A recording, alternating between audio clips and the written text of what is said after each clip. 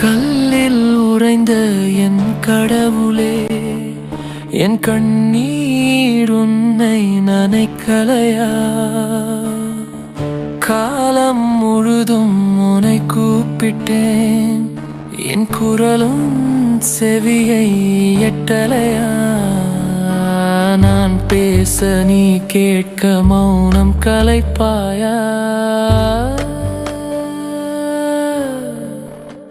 இல்லையே, நான் பேசி முடிக்கட்டும் என்று காத்திருப்பாயா?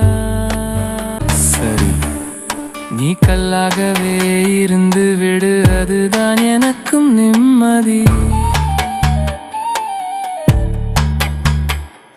என் கஷ்டங்களை எல்லாம் கேட்க நீ அன்றி வேறு யார் கதி? உனக்கு காதில்லை என்றாலும் என் கதையை நான் சொல்வேன். உனக்கு வாயில்லை என்றாலும் என் மடியில் அழுது தீர்ப்பேன். நீ பதில் சொல்ல வேண்டாம், என் பாரம் இறங்கினால் போதும்.